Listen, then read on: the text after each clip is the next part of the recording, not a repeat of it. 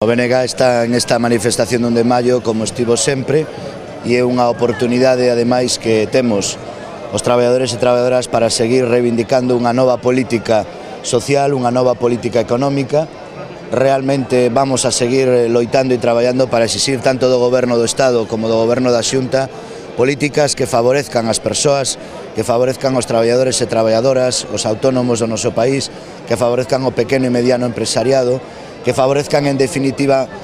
pois a xente que hoxe está demandando dun presidente de todos os galegos e galegas que faga algo xa, que non deixe de mirar para outro lado, porque cada vez a situación económica é máis preocupante e asistimos como nin por parte do Goberno estatal, nin por parte do Goberno da Xunta se están poñendo as medidas eficaces precisamente para loitar contra o paro e para loitar a favor do mantenemento do emprego. O único que están facendo gobernos tanto do Partido Socialista como do Partido Popular é, sin dúbida algunha, elevar a conta de resultados da gran banca. Realmente o BNG está aquí como estuvo sempre na defensa dos traballadores e traballadoras deste país e desta cidade.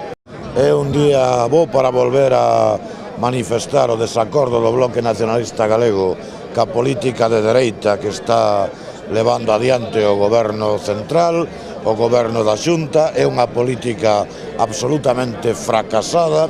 Os retallamentos de dereitos sociais, laborais, o único que están a conducir é a incrementar o paro, a precarizar as condicións de traballo, a empeorar a condición de vida da xente, simplemente para que a banca teña cada día a conta de resultados máis saneada. Convén volver a reiterar que o señor presidente da Xunta, como responsable do goberno galego que non pode seguir facendo de presidente avestruz, é dicir, escondendo a cabeza debaixo da area e dicindo que con el non vai. Ten que poñerse ao frente e empezar a facer políticas que cando menos contribuyan a disminuir o principal problema que ten esta sociedade, que é o problema do desemprego.